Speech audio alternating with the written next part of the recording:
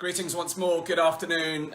Dan Gregory here on the Pandemic Podcast, here to deliver a review of Boris Johnson and his cronies' misrepresentation and almost deception that was delivered in tonight's broadcast. And I say that with no due caution, because during the course of that broadcast, was rapidly working behind the scenes, looking at the data, looking at the evidence that they were presenting, and believe me, all is not what it seems, and the British public need to know the truth. This video follows a previous video which I recorded just ahead of the pandemic. I'm not going to go into the full details of all the data, but I encourage you to watch that one as well. And please do share this video, because I can guarantee that the BBC right now are not dissecting the data in the way that I'm about to share with you. This is really, really important, ladies and gentlemen of Britain, and I know this has been a challenging year for people. I know this has been a frustrating year. I know there's been challenges in terms of health. People have lost lives. It's a really serious situation.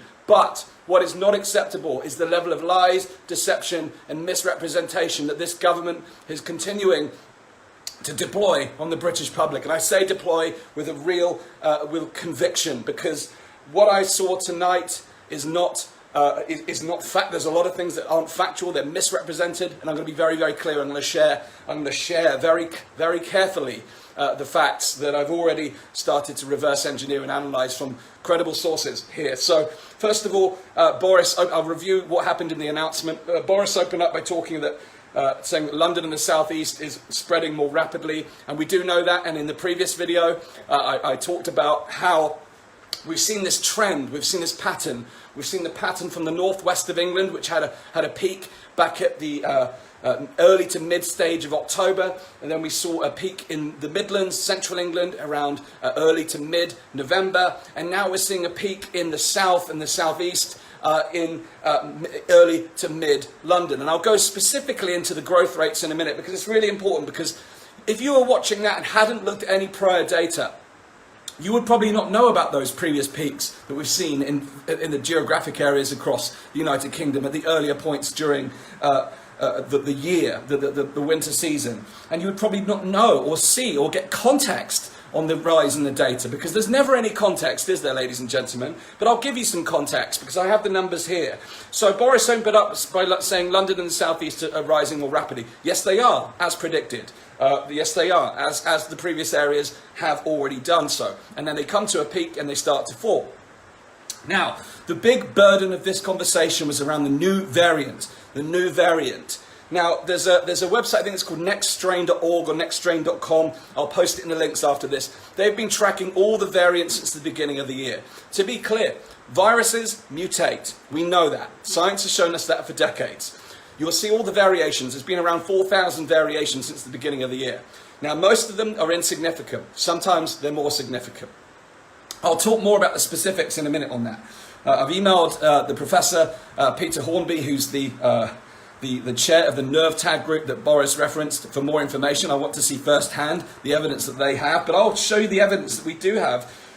They assert that the virus, this new strain, could increase the R rate by 0.4 or more. And I'll come on to that in a minute in terms of the numbers that we've already observed in these areas, because I have the numbers right here. So, he said it may be up to 70% more transmissible. But that's from early data, which is subject to review. Of course it is. And it says it's now spreading very, very fast. And they talked about this new strain in such a dramatic way that would lead you to believe that this is a very, very significant development. However, there is some published data on this new strain. And I've got it right here from the British Medical Journal. Which is, again, one of the most esteemed medical journals that you could possibly read. It's very credible. So they were talking, they showed graphs. They showed graphs on the screen which showed the increase in this new variant in percentage terms on the screen. In percentage terms, which showed an increase in London, the southeast and the east of this new variant, okay? But percentages, what do percentages tell us in real terms? What do they actually tell us? They tell us nothing. Because what's interesting, they mentioned that they discovered this new variant as early as late September. Now bear in mind already The virus has been mutating since the beginning of the year. We've already seen over 4,000 variants. And in fact, within the British Medical Journal, and I'll post the link within the comments at the end of this video. They've already previously identified other mutation earlier in the year, which none of us heard about, did we? There was a new variant called the D614G. I think it's a G, it might be a 6, depending on my handwriting. So it's either D614G or D614G, depending on which my handwriting. But this new, more rapidly transmissible, by the way, this new variant was discovered early in the year, more transmissible, but it's now the most dominant form of the virus in the United Kingdom. But did we hear one iota about that more rapidly transmitting version of the virus earlier in the year? Did we hear anything in the news? To most people, they see the news headlines and think this is the first time the virus has mutated. It hasn't. It's mutated more than 4,000 times already this year. This other mutation earlier this year, the D6146, I'll clarify, happened earlier in the year, and it's the most... it was a more rapidly transmissible form of the virus, and it's now the dominant form in the United Kingdom. But the way this new variant was talked about in today's press conference, which has led to, by the way, here's the changes that's happened. If you haven't seen the changes, I say Christmas in the headline is practically cancelled. The reality is it's been significantly reduced. So here's what's been announced. New restrictions, Tier 4, effectively a lockdown in London and the Southeast. A Tier 4 lockdown in London and the Southeast. So all non-essential retail will close. Gyms will close. Personal care, hairdressers, etc. will close. There's going to be no overseas travel. No overseas travel for those in Tier 4 in London and Southeast. Lockdown, not only your own country, but you can't even get out of the country. You're being asked to work from home. You're not allowed to leave or enter Tier 4 areas, London or the Southeast. You can only meet one person outdoors. Places of worship will remain open. So it's essentially a full-scale lockdown, but without international travel. You can't leave the country. You're stuck. You're literally stuck. If you wanted to find a way to get out of this, you can't. You can't even leave the area. So that's Christmas cancelled for all of London and the Southeast, unless your family are in the area. Number two, they're encouraging all citizens of the United Kingdom to consider travel full stop within the United Kingdom and to consider whether you should travel abroad. I would not be surprised in the new year to see travel restrictions placed upon the British citizens. Now, I'm not saying that to create fear, but that's the first time we've seen major travel restrictions. And then finally, Christmas. I'm sorry. Christmas, unfortunately, Tier 4, there's no mixed households in the for Christmas. No mixed households, except within support bubbles in Tier 4. Now, the 5 days of Christmas that we talked about previously has become the one day of Christmas. It's become the one day of Christmas. 3 households can mix for one day only. It was not clear whether they're cancelling the 4 other days in terms of whether you can then still travel but not mix with 3 households. They didn't clarify that, but certainly the 3 household rules only applies on Christmas Day. And they say they must be guided by the science. So let's get to the big reveal here. And the whole thing was pitched like a sales pitch, and I'll come to that in a minute. But this new gene, this new variant that they were talking about, and this is what you won't see on the BBC, you won't see it in The Guardian, you won't see it in The Telegraph. Why are they not going to ask these questions that I'm asking you today? Guess how many cases of this new variant have been discovered since its early discovery in late September? The way they were talking about it, and they talked about it in percentage terms, as I said, they talked about it in terms of percentages. Percentages tell us nothing.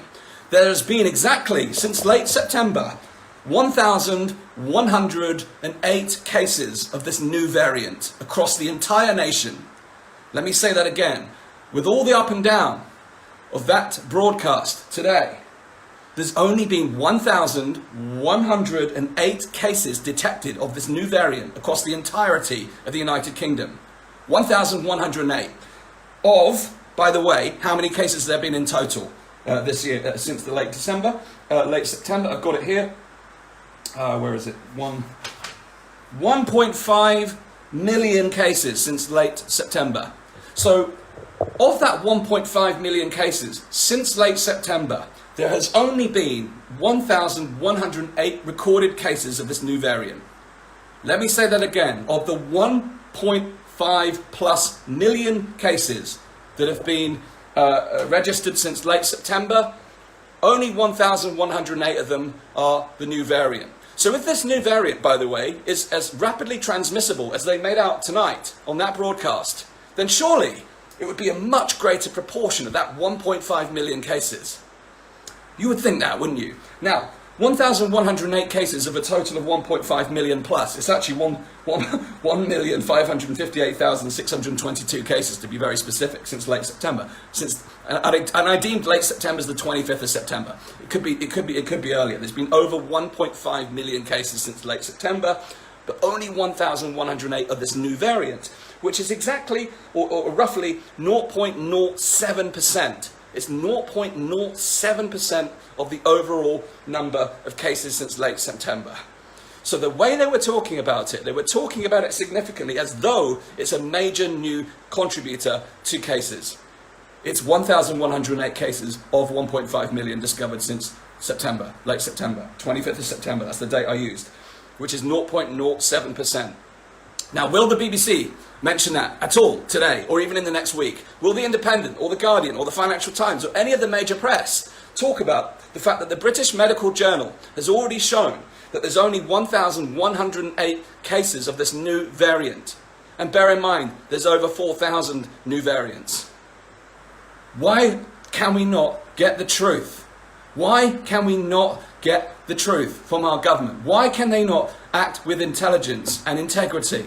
Why do they have to use deception and misrepresentation to hold the country in fear? It's unbelievable. It's unbelievable. So as I've already mentioned, if you've just joined us, there was a new variant discovered earlier this year, which is now the dominant form of the virus, but we heard nothing about it in the press. This has been strategically used at this time to impart fear around Christmas. And now Christmas is practically cancelled. This is causing mass devastation across the UK. Now, Patrick Vallance went on to say, Patrick Vallance, quote, said to assume you are infectious. As I mentioned in the previous video, this is torture. This is psychological torture. This is psychological manipulation. To tell human beings to assume they're infectious is, frankly, verging on evil, if not evil. If that was true, I'd have no problem with it. But the reality is, as I stated earlier on, the latest report from the Office of National Statistics, which analysed the total number of positive tests in the last 6 weeks, and I only use official statistics, the Office of National Statistics report that showed the number of positive tests over the last 6 weeks was 0.82%.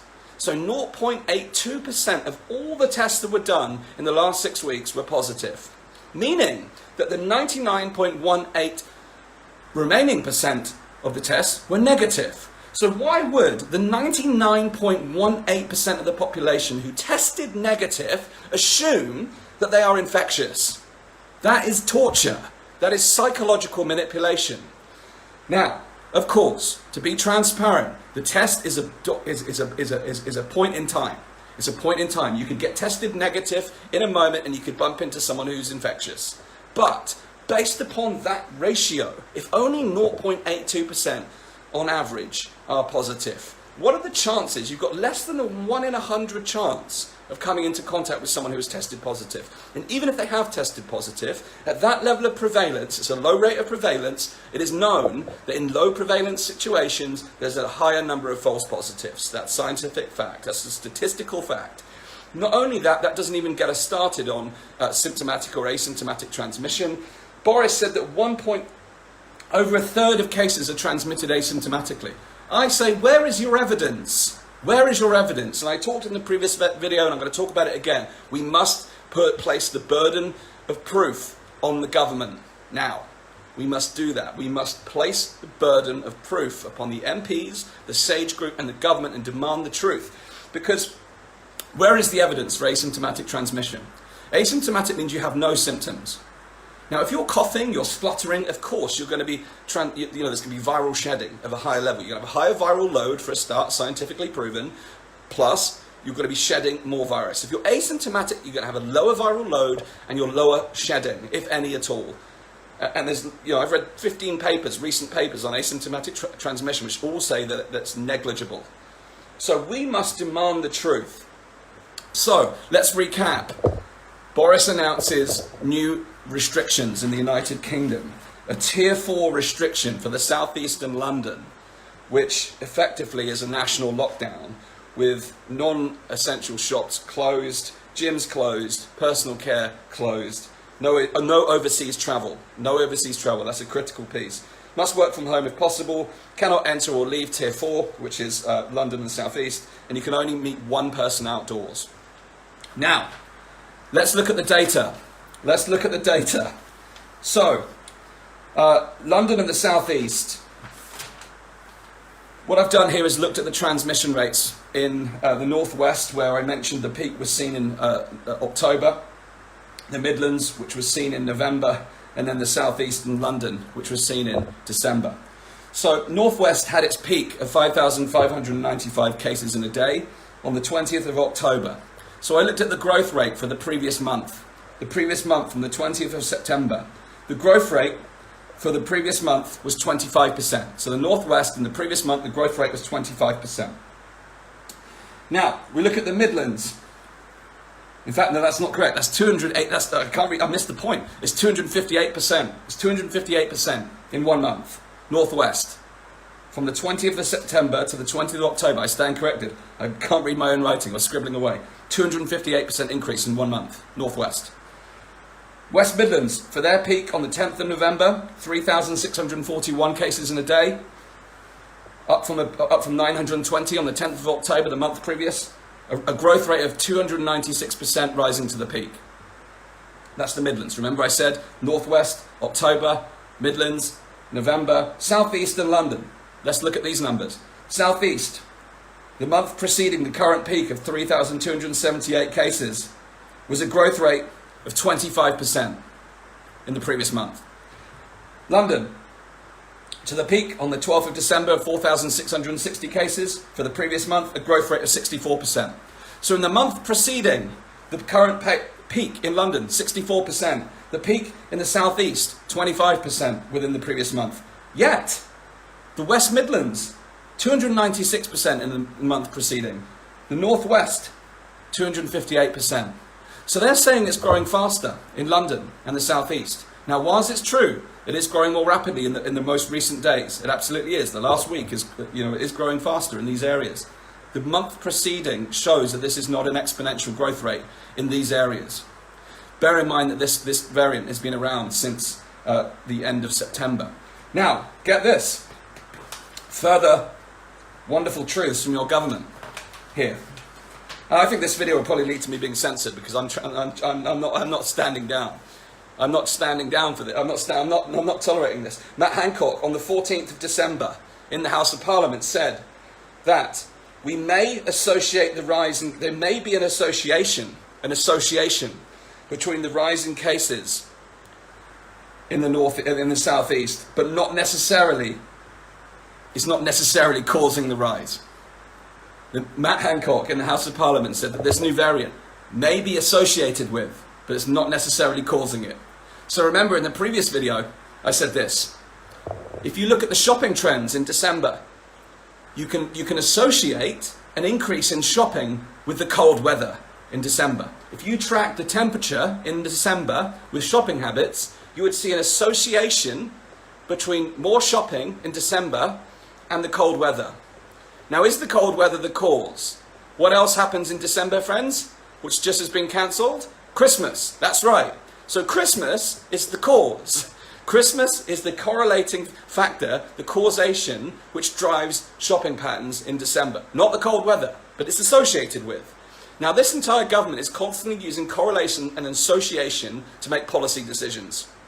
So, let's recap from the top. Data is showing that the cases are rising more rapidly in London and the southeast. This is fact. This is fact. This is true. However, they're using the notion of a new variant to justify the changes in policy. Changes in policy including a new Tier 4 effectively lockdown in London and the southeast, where all non-essential retail outlets are going to close, gyms will close, personal care outlets will close, no overseas travel, must work from home where possible, cannot enter or leave tier 4 areas, can only meet one person outdoors in the London and the South East.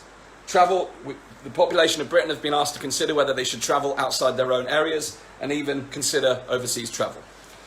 Christmas in tier 4, there's no longer any mixed households in all of London or the southeast of England. No mixed households on Christmas at all, except within support bubbles. And for the rest of England, only 3 households may meet on Christmas Day. So Christmas is effectively cancelled. All because of this hype around the new variant. Where is the evidence? Well, as I've shared in this video, 1,108 cases since late September of the 1.5 million total cases is attributed to this new variant, according to the British Medical Journal. Now, Hancock in the House of Parliament said there's an association, but not necessarily a causal link. Yet this new variant is being used to captivate the minds and hearts of the public, to put them into fear. Now, guess what happens towards the end of the broadcast? It's like a big sales pitch. If you've ever been to a personal development event, you've ever been to a seminar where you've got multi-speakers on the stage and they give you the sales pitch and it's the run to the back of the room sales pitch. Well, the energy in the broadcast with Chris Whitty was pretty much like one of those sales pitches. It really was. Because at the end of all this, with all the hype and all the fear and all the misrepresentation and deception that I've shared with you in this video, guess what the way out was? Guess what the big way out is? The big V. It's the big V. That's the sales pitch. Vaccines are coming. We're going to shut you down, put you in fear, so that come New Year, you will take the vaccine. Regardless of the underlying data, regardless of the reality of the situation, and I've already talked about the statistical errors within the hospitals and mortality in the previous video, I'm not going to go into depths on that, but it was pretty much an aggressive sales pitch for vaccination. Everything came back to vaccination. They made comments that other countries around Europe will be doing similar measures and coordination, which says it all. It says it all. And you know, I'm not going to get into any form of conspiracy here, but this fear, these measures are being used explicitly to drive vaccine uptakes. Explicitly. And guess what? There's a lot of money on the table. Patrick Vallance has £600,000 worth of shares in vaccine companies. You know, Bill Gates says that vaccines produce a 20 to 1 return. That's 12 million on 600,000. That's 12 million payday. You know, I can't say that's an association. I can't follow the approach that they follow. That's an association. It's not necessarily a cause. To be clear, it's not necessarily a cause. But we must ask questions about these conflicts of interest. 12, in fact 14 out of the 20 most senior advisors within the SAGE committee all have funding from vaccine manufacturers, or work for vaccine manufacturers. So, I'm not going to go into the specifics around vaccines. I'm not going to talk about products or anything like that. I'm simply making the point that the entire presentation that was given tonight led to an end point which led to drumming home the vaccine. So you have to ask, with all the deception in the numbers and the figures, why? Why can we, how can we tolerate this? How can we tolerate this now? You know, you've just come off that broadcast. The BBC will dissect it, but how many of them are going to talk about the fact there's only 1,108 cases of that new strain out of 1.5 million since September? How many are going to look at the growth rates of the different regions across the United Kingdom and see that in the month preceding the peak in every other area, the Northwest and the Midlands, compared to the Southeast and London, was more significant? How can they get away with this? It's my question. And I want to drill in. You know, I've been broadcasting on this thing for months now. I do so with care and love, and I want to see no harm come to anyone. But no harm cannot be exclusively reserved for those who have coronavirus. There is a whole range of illnesses that are being, quite frankly, ignored right now. Quite frankly ignored. There's misdiagnosis, mistreatments. We're seeing operations being cancelled, surgeries being cancelled. We're seeing businesses shut down. We're seeing unemployment going through the roof. We're seeing all of these things. Christmas taken away. 1,600 people per day die over Christmas every year. 1,600. It's a fact. But a lot of those people now will die alone this year because of these policies. That is not acceptable. We have to come face to face with our own mortality. We have to come face to face with our own risk. And we have to be adult about those risks. But we have to lose the obsession with safety. And we have to see things as they are, not worse than they are. But we cannot see things as they are whilst we're continually bombarded by misrepresentation of the data like this. And we have to stand up against it. So on Monday, I'm going to be revealing a campaign which is going to place the burden of proof, upon the government. I have a series of questions that we must ask every single MP, because they don't see it. I'm convinced they don't see it, but they must see it. They must see it. So, on Monday, I'm going to be sending out a campaign to every person who's subscribing to the podcast, and you can subscribe at danjgregory.com/pandemic. It's vital that we join this campaign and demand the truth. I'm doing nothing other than asking the politicians to answer a very specific set of questions. People are saying there's no sound. Perhaps I have been cut off. I used the V word too many times. Can you hear me? Can anyone hear me? You can't say the V word. You can't say the V word on social media. No sound. No sound? Can someone tell me whether you can hear me or not? Close it and try it again. Oh, so it's specific to individuals, okay. So, on Monday we're starting a campaign where we're going to demand that the MPs answer these key questions. There may be interference on the feed. I said this is probably the video that gets me shut down.